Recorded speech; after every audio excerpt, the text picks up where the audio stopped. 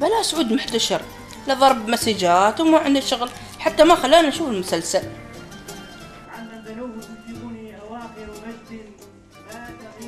مدام انت ليش كلين؟ سويتي كلين زين؟ يس.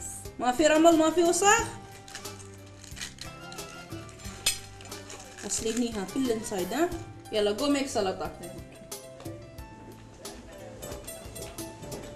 انتي شو بلاك؟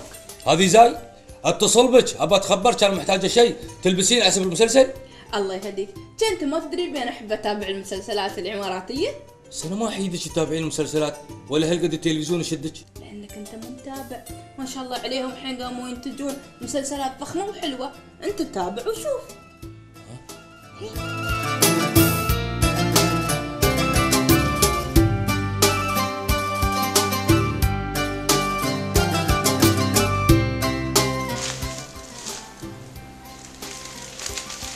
تعال انت مو خايف حد من المدير يخطف عليك وتقابض هاي جريده ومدير شغلك؟ صدق انا مالي صبر عن الجرايد، اخاف اوصل البيت واحصلهم مغيرين كل اللي كاتبينه. اتخبركم انتم شو سالفتكم؟ العنود في البيت ومجاب له تلفزيون 24 ساعه وانت ماسك لي هاي المجله وبتسوي لي مشاكل ويا المدراء حسب هاي الجريده، لا من غير ملحق الرياضي اللي موجود هناك. تخيل يوم تيود الجريده وتحصل اغلب جزئياتها تتكلم عن احلامك وهمومك ومشاكلك.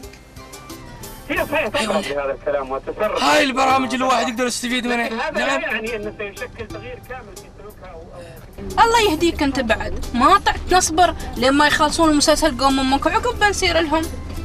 اسمعي، من يود هاي المؤسسه الاعلاميه مواطن والناس كلهم متابعه ومستانسه. ايه يوم علم متابع، الحين بتعرف المتابع على اصوله، يوم بصير بيت قوم امك يا الله يا الحريم تجي متابعين هالمسلسلات المحليه مضارب على التلفزيون. الله يهديك انتي، كان قلتي لنا كنا بنأخر السيره شوي. شفاف يلا نسمع.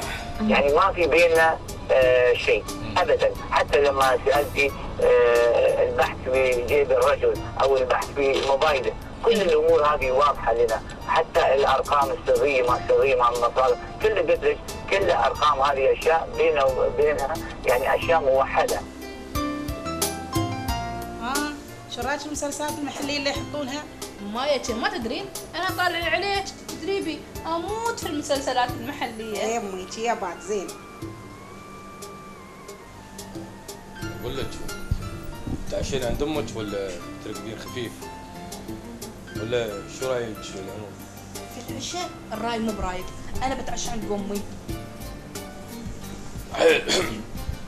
تابع المسلسل.